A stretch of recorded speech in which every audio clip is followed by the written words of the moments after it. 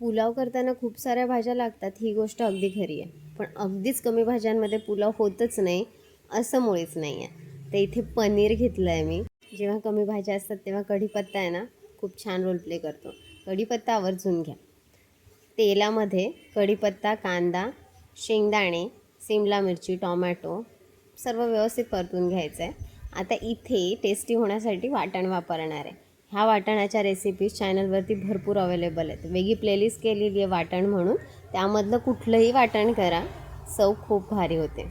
आता हे वाटण चांगलं परतून घेतल्यानंतर ह्याला तेल सुटेपर्यंत व्यवस्थित शिजवून घ्यायचं आहे. त्यामध्ये पनीरचे तुकडे घालायचे आहेत. नंतर आपल्याला ह्या सुटलेल्या पाण्याला बाहेर काढून घ्यायचं आहे आणि हा तयार झालेला राईस आहे ना, मोकळा मोकळा, तो ह्यावर टाकून घ्यायचा आहे. नंतर रस्सा थोडा वर टाकायचा आहे आणि तुपाच्या धारा मस्त आहेत. तूप टाकल्यानंतर एवढी मस्त लागते ही रेसिपी, नक्की ट्राय करा. कोथिंबीर टाका भरभरून.